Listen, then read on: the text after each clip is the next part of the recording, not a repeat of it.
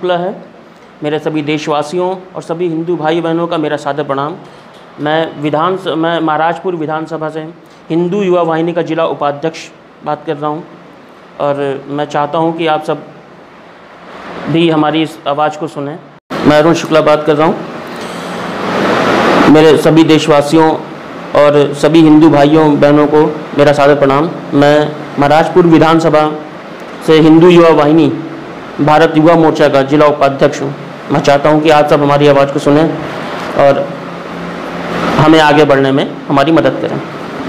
वैसे आपका काम करने का तरीका कैसे क्या है, कुछ अपने देशवासियों को बताने का कोशिश करें। जी, हमारा काम करने का तरीका है, हमें हिंदुओं को एकजुट करना है।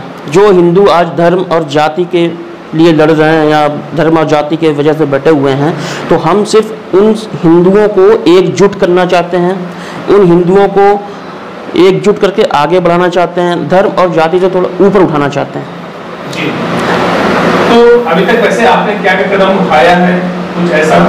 अभी तक हमने सभी जितने भी हमारे हिंदू भाई हैं, हिंदू भाई बहन हैं, तो उनको एकजुट करने के लिए हम खुद उनके पास जाते हैं, उनसे मिलते हैं, उनको अपना उद्देश्य समझाते हैं, अपने काम करने का जो हमारा तरीका है उनको वो बताते हैं कि हमें किस तरह से हमें हिंदुओं को एक साथ लाना है, धर्म और जाति के लिए वो ना लड़ें, वो एक साथ सिर्फ ये देखें कि वो हिंदू हैं, क्योंकि ये राष्ट्र एक हिंदू राष्ट्र है और हिंदू राष्ट्र को बनाने के लिए हमें सबसे पहले धर्म और जाति के इस झगड़े को छोड़ना होगा और एक हिंदू बनना होगा, और हिंदू बनकर ही हम कुछ आगे बढ़ सकते हैं। जो अभी तक हमारे ऊपर जो हिंदुओं के ऊपर जो भी, वैसे आपकी जो पार्टी है उसका नाम है हिंदू युवा वाहिनी। हिंदू युवा वाहिनी भारत युवा मोर्चा।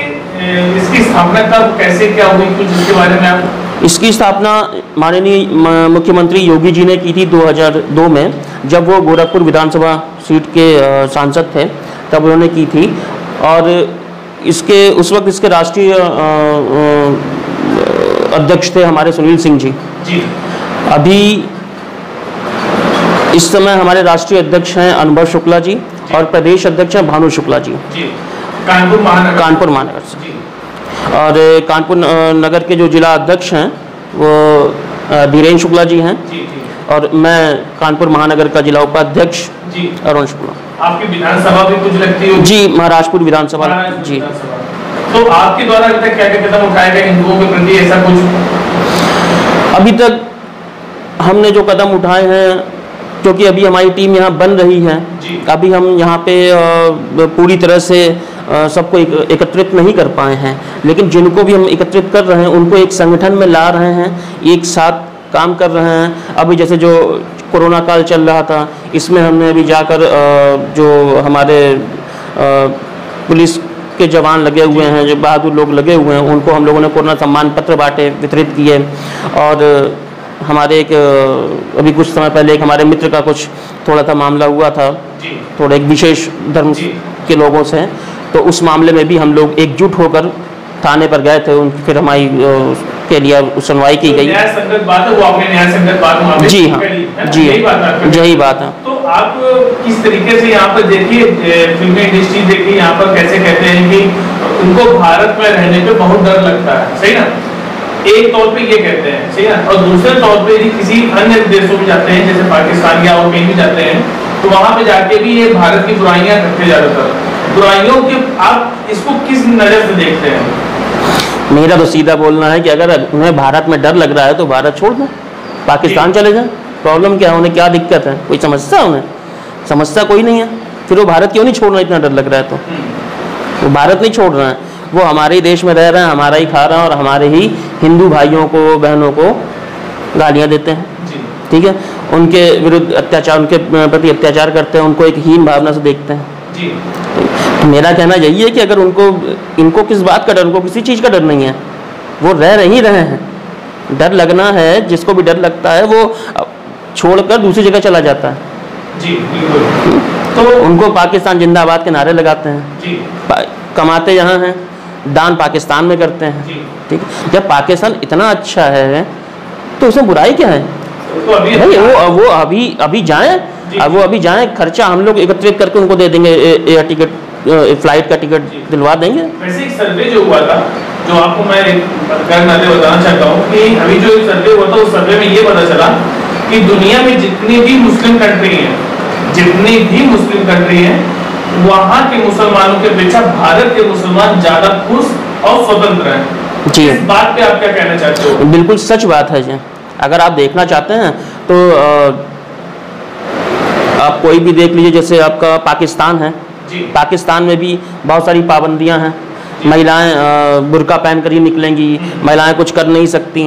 इसी तरह से आपका अफगानिस्तान में भी है कि महिलाएं बुर्का पहन के ही रहेंगी, वो पढ़ाई करने नहीं जा सकती, वो कॉलेज नहीं जा सकती। बहुत सारे रूल हैं। लेकिन इंडिया में, हिंदुस्तान में ऐसा कोई भी नियम नहीं है। महिलाएं यहाँ पर मुस्लिम कहीं भी झगड़ा करते हैं, कहीं भी कुछ उत्पात करते हैं, कोई नहीं सुनवाई होती है। हम लोग उनके पहले सुनते हैं, ठीक है भाई ये कायदा, वो अल्पसंख्यक है। लेकिन 35 करोड़ इंसान अल्पसंख्यक में नहीं आता है कहीं से भी। ठीक है, अल्पसंख्यक तो वो होता है ना जो बहुत ज़्यादा 50 लाख या 1 करोड़ में हो, वो अल्पसंख्यक होगा। 35 करोड़ अल्पसंख्यक में नहीं होता। लेकिन फिर भी लीक सुनवाई होती है। ठीक है, टैक्स हमारा हिंदू भाई बहन भरते हैं, ठीक है, लेकिन उसकी सब्सिडी किसको मिलती है? बिल्कुल मुसलमानों को। सब्सिडी कहने मतलब आपका क्या नजरिया? मतलब जो हज की यात्रा होती है, इनकी हज यात्रा होती है, इनके जो ये अपने दो हमारे 70 वाला जो इनका रूल है, तो उनको जो खर्चा मिलता है अपने बच्चों के लिए, वो भी तो इन्हीं को मिलता है। और उस पर जो ये लोग अपने मदरसे चलाते हैं, उन मौलवियों को 80-80 हज़ार उनको सैलरी मिलती है। वो किसकी जेब से जाती है? वो तो जाती तो हमारे हिंदू भाई बहनों की जेब से है।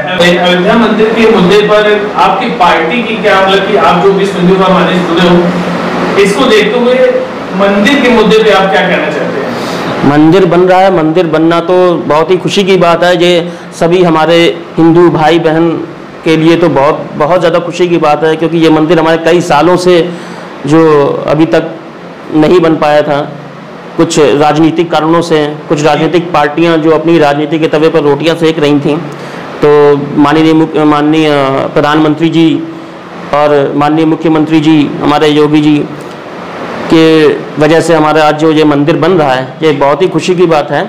इस मंदिर के लिए तो बहुत सारे हिंदुओं ने बलिदान किया है। और कुछ लोग हैं जो अभी ये बोलते हैं कि हम सत्ता में आएंगे मंदिर तोड़ देंगे, मंदिर बन जाएगा तब मंदिर तोड़ देंगे, तो ये वो भूल जाएं, क्योंकि ये सिर्फ उनके ख्याली पुलाव हैं। कि अभी हिंदू युवा वाहिनी जिंदा है, और हिंदू युवा वाहिनी जब निकलती है तो बड़े बड़े दंगे रुक जाते हैं। माननीय मुख्यमंत्री जी अकेले ही निकले थे जब दंगे रुके थे मुजफ्फरनगर के। तो आज भी हिंदू युवा वाहिनी जब निकलेगी तो कोई मंदिर तोड़ नहीं पाएगा। नहीं तो कहीं ऐसा ना हो कि एक भी मस्जिद ना बचे हिंदुस्तान के अंदर। तो मतलब आपका ये पार्टी का गाइडलाइन एक तौर पर है कि हम लोग बहुत ही शांति स्वभाव के हैं, लेकिन जब जरूरत पड़ेगी तो हम सब लोग एक साथ होकर बिल्कुल कुछ भी कर सकते हैं। बिल्कुल, अगर हमारे धर्म पर, हमारे परिवार पर, हमारे हिंदू भाई बहनों पर कोई भी बात आएगी तो ये हिंदू वाहिनी एकजुट होकर उस बात का जवाब देगी। जी, तो आप पाकिस्तान को क्या दोष करना चाहते हैं, इसके बारे में कुछ बताइए। पाकिस्तान का क्या कहना है? पाकिस्तान तो दुनिया जानती है पाकिस्तान के क्या हालात हैं। पाकिस्तान एक इस्लामिक कंट्री तो है ही, साथ में वो आतंकवादियों को भी शरण देते हैं। वो खुद तो उनकी जीडीपी बिल्कुल गिरी हुई है, कर्जे पे चलते हैं, लेकिन दूसरे हमारे हिंदुस्तान को बताते हैं कि अभी कोरोना काल में जैसे उन्होंने बोला था कि मदद चाहिए तो हम मदद करेंगे, ये हमारी क्या मदद करेंगे, पहले अपनी मदद कर लें। तो पाकिस्तान जो बार बार आतंकवादियों को भेजकर हमारे देश पर ये हमले कराता है, या मुसलमान जो हमारे मुस्लिम भाई हैं इनको पैसे देकर दंगा कराते हैं, तो कुछ समय जब हमारी पार्टी और मजबूत होगी और बड़ी होगी तो इसका जवाब भी पाकिस्तान को मिलेगा। आप ऐसे इस लव जिहाद के मामले में क्या कहना चाहते हैं? जो भारत ये जो भारत में लव जिहाद या ज़मीन जिहाद ये चल रहा है, ये हिंदुओं को तोड़ने की साजिश है। इसमें मुसलमान क्या करते हैं, हमारे हिंदू बहनों को फंसाते हैं, या मुस्लिम लड़कियां हिंदू भाइयों को फंसाती हैं, फिर उनके साथ शादी करते हैं, धर्म परिवर्तन करा देते हैं। तो करते क्या हैं, वो हमारे हिंदू भाइयों को अपने धर्म में परिवर्तित करके हमारे हिंदू भाइयों को, हमारे हिंदू की जनसंख्या को, हमारे हिंदू भाइयों की जो गिनती है उसको कम कर रहे हैं। अच्छा, वो कम कर रहे हैं। और रही बात ज़मीन जिहाद की बात, तो ज़मीन जिहाद की बात भी यही है। अभी आप देखिए कहीं खाली ज़मीन पड़ी हो, आप ध्यान ना दीजिए, एक दिन एक मौलवी साहब आएंगे, धुआं उड़ाएंगे, चादर बिछाएंगे, और कुछ दिनों के बाद अगर हम उस पर ध्यान नहीं देते तो वहीं पर थोड़ी सी मिट्टी इकट्ठा कर देंगे, फिर वहाँ पर सीमेंट प्लास्टर करवा देंगे। इस तरह से वो अपनी मस्जिदें बनवाते हैं। तो ये सब मतलब आपका ये सब हमारा, ये सब तो सरकारी तौर पर तोड़ना चाहिए। और इसीलिए हमने सबसे बोल भी रखा है, हमारा नंबर भी सबके, हम अपना नंबर भी दे रहे हैं कि इस तरह का कोई भी मामला आपके सामने आता है, आप हमें तुरंत फ़ोन कीजिए, हम आपके साथ खड़े होंगे। हिंदू युवा वाहिनी आपके साथ हर वक्त, हर समय 24 घंटे खड़ी रहेगी। जी। तो मेरी भी शुभकामनाएं आपके साथ हैं, क्योंकि आप शांति दूत के तौर पे आप काम कर रहे हो। और सबसे अच्छी बात तो ये कि देश को आप एक साथ मिलजुल के रहने की आप परिभाषा बता रहे हो। लेकिन फिर भी यहाँ पे देखा जाए कि बहुत से ऐसे लोग हैं, आप ऐसे देखा जाए तो पार्टी, किस विशेष पार्टी के तौर पे आप काम करते हो, मतलब कुछ ऐसा भी कुछ लोगों के मुंह से सुनाई देता है कि हिंदू युवा वाहिनी हो या बजरंग दल हो या शिवसेना हो, ये किसी विशेष पार्टी के तौर पे काम करती है। तो जी नहीं, हिंदू युवा वाहिनी किसी विशेष पार्टी के तौर पर काम नहीं करती। योगी जी ने जब इस पार्टी का गठन किया था तो उन्होंने किसी राजनीतिक पार्टी से संगठन को नहीं जोड़ा। उनका मकसद था हिंदुओं को एकजुट करना, कि हमारा हिंदू एकजुट रहे। जब ये दंगे होते हैं, दंगे के समय हिंदू मारा जा रहा है, ठीक है, मुसलमान भाइयों की वो कुछ भी करते हैं, कुछ भी दंगा करते हैं, तो एक पर्टिकुलर जो पार्टी होती है वो उनको सपोर्ट करती है। क्यों? क्योंकि वो अपना वोट बैंक बनाते हैं, वो वोट बैंक बनाने के मुसलमान सपोर्ट करते हैं, लेकिन हिंदुओं का सपोर्ट कोई नहीं करता। जबकि ये राष्ट्र एक हिंदू राष्ट्र है, हिंदुओं को भी सपोर्ट करना चाहिए, लेकिन उनकी कोई नहीं सुनता। इसलिए ये इस पार्टी का गठन हुआ है। ये पार्टी सिर्फ और सिर्फ हिंदुओं के लिए काम करती है और हिंदू संगठन है, ये किसी राजनीतिक पार्टी से जुड़ी नहीं है। अच्छा। अगर कुछ लोग इसे राजनीतिक पार्टी से जुड़ा हुआ मानते हैं तो वो उनकी सोच है, वो गलत सोचते हैं। ऐसा नहीं है, ये एक बड़ी पार्टी है, एक संगठन है, ये संगठन है सिर्फ हिंदुओं का, ना कि किसी जाति का, ना धर्म का, सिर्फ हिंदुओं का। यहाँ सिर्फ हिंदू होता है। मैं भी सिर्फ एक हिंदू हूँ, किसी जाति से नहीं। तो आप देखा जाए तो आप इस समय योगी जी जो है ये बीजेपी पार्टी में ऐसा मुख्यमंत्री के तौर पे लीड कर रहे हैं इस समय, तो आप उनको किस निगाहों से, मतलब कैसे देखते हैं आप? माननीय मुख्यमंत्री जी तो हमारे आदर्श हैं जी, उनको तो हम एक आदरणीय प्रेरणा स्रोत की तरह से देखते हैं। क्योंकि अगर उन्होंने इस पार्टी का गठन, इस संगठन का गठन ना किया होता तो शायद मुजफ्फरनगर जो हो रहे दंगे थे वो रोक ना पाए जाते। कोई रोकने के लिए तैयार नहीं था, क्योंकि उस वक्त सपा की गवर्नमेंट थी और बीजेपी ने भी पीछे हाथ कर दिए थे। लेकिन उस वक्त सिर्फ योगी जी ही अकेले निकले थे गोरखपुर से, और वहाँ पहुँचते पहुँचते 1300 गाड़ियाँ इकट्ठे थी एक साथ, और दंगे रोक दिए गए थे। तो योगी जी को तो हम अपने आदरणीय की तरह देखते हैं, क्योंकि योगी जी वो सिर्फ एक मुख्यमंत्री के तरह, मतलब एक मुख्यमंत्री जो इस प्रदेश को चला रहा है वो सबके लिए सोचते हैं, वो किसी एक के लिए नहीं सोचते हैं, वो सबके लिए करते हैं। कोरोना काल में अगर वो राशन बंटवाते हैं, फ्री राशन बंट रहा है, हमारे प्रधानमंत्री जी की देन है, मुख्यमंत्री जी का भी इसमें योगदान रहा, तो सबके लिए हो रहा है। इसमें हिंदुओं के लिए भी हो रहा है, मुसलमानों के लिए हो रहा है, लेकिन ये बात मुस्लिम नहीं समझते। वैसे कोरोना काल में आप क्या क्या उपलब्धियां समझते हैं? आप मुख्यमंत्री के तौर पे कोरोना काल में आदित्य योगी नाथ जी का क्या क्या उपलब्धियां आपकी निगाहों में हैं? बहुत सारी उपलब्धियां रही, जैसे सीए के समय जो हमारे प्रदेश में दंगे भड़कने की संभावना थी वो भी नहीं भड़क पाए, क्योंकि योगी जी थे। और जिन्होंने दंगे किए, जिन्होंने सार्वजनिक संपत्तियां जलाई, योगी जी ने उनसे वसूल भी किया, बिना लाठी चलाए, बिना गोली चलाए उनसे वसूल किया, उनसे वसूल भी किया। और कोरोना काल में हमारे प्रदेश में दिल्ली में कितने केजरीवाल, मुख्यमंत्री श्री केजरीवाल के समय में पूरा कोरोना फैला हुआ था, लेकिन हमारे योगी जी की वजह से हमारे प्रदेश में कोरोना बहुत ही कम फैला हुआ है। हम उस कोरोना काल में भी घूम रहे थे या बाहर खड़े हो सकते थे, ठीक है। हालांकि ये गलती थी कुछ लोगों की, जिन्होंने जो हमारे मुख्यमंत्री जी की बात नहीं मानी, हम सबको बात माननी चाहिए थी। लेकिन फिर भी हम कहेंगे कि इतने बड़ी संकट से जो हम निकले हैं कोरोना काल से, उसमें भी हमारे प्रदेश में, हमारे कानपुर में अभी बहुत बहुत और बहुत लोग खुशनसीब हैं जो बचे हुए हैं, जिनको और उनके बचे हुए हैं और उनके टेस्टिंग भी अभी प्रॉपर तरीके से हो रही है, वो भी योगी जी की वजह से। आप वैसे फिल्म इंडस्ट्री के बारे में क्या कहना चाहते हैं? कुछ इसके मुद्दे आप रखना चाहते हैं फिल्म इंडस्ट्री के बारे में?